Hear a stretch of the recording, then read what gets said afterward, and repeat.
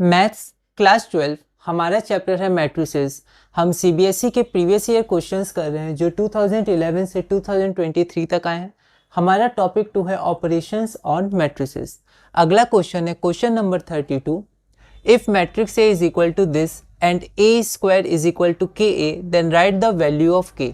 यह question all India 2013 में 1 mark का आया है।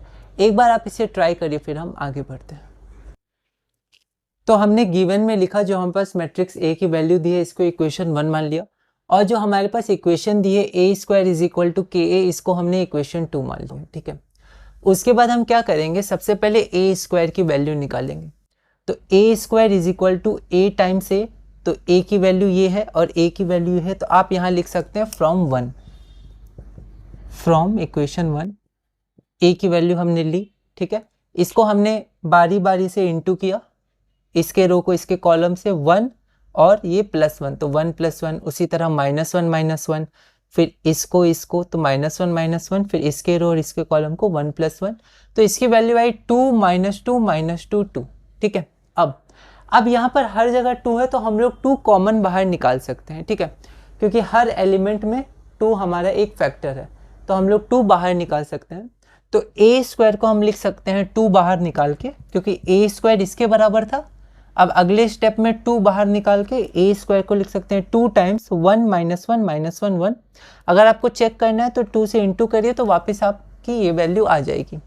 अब A square is equal to 2 times this matrix. यहाँ पर हमने एक स्टेप और आगे लिख दिया है, फिर इसको इक्वेशन 3 माना। ओके, अब तो हमारे पास ए स्क्वायर की वैल्यू इतनी आ गई थी। ठीक है, अब जब ए स्क्वायर की वैल्यू इतनी आ गई तो हमने 2 बाहर निकाला।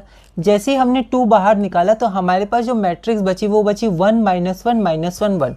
और आप ध्यान दीजिए कि ये मैट्रिक्स ए ही है, तो यहाँ पर हमने 2a लिख दिया। ए कहाँ से लिखा, तो आप यहाँ से लिख सकते हैं फ्रॉम 1, या फिर आप राइट में लिख दीजिए फ्रॉम 1। ठीक है, क्योंकि इक्वेशन 1 में ये मैट्रिक्स की वैल्यू a है।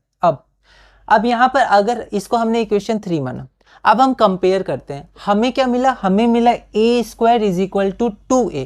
ओके, और यहाँ पर क्वेश्चन में दिया था A square is equal to k A, तो 2a और k, क्योंकि LHS बराबर है तो RHS बराबर होंगे, तो ka और 2a। तो अगर हम लोग इक्वेशन 3 को इक्वेशन 2 से कंपेयर करें तो k की वैल्यू हमारी 2 आ जाएगी। Okay, so comparing 3 with 2, equation 3 with equation 2, we get k is equal to 2, जो हमारा रिक्वायर्ड आंसर है।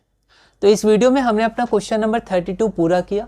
अगली वीडियो में हम क्वेश्चन नंबर 33 करेंगे और टॉपिक 2 ऑपरेशंस और मैट्रिसेस में आगे बढ़ेंगे।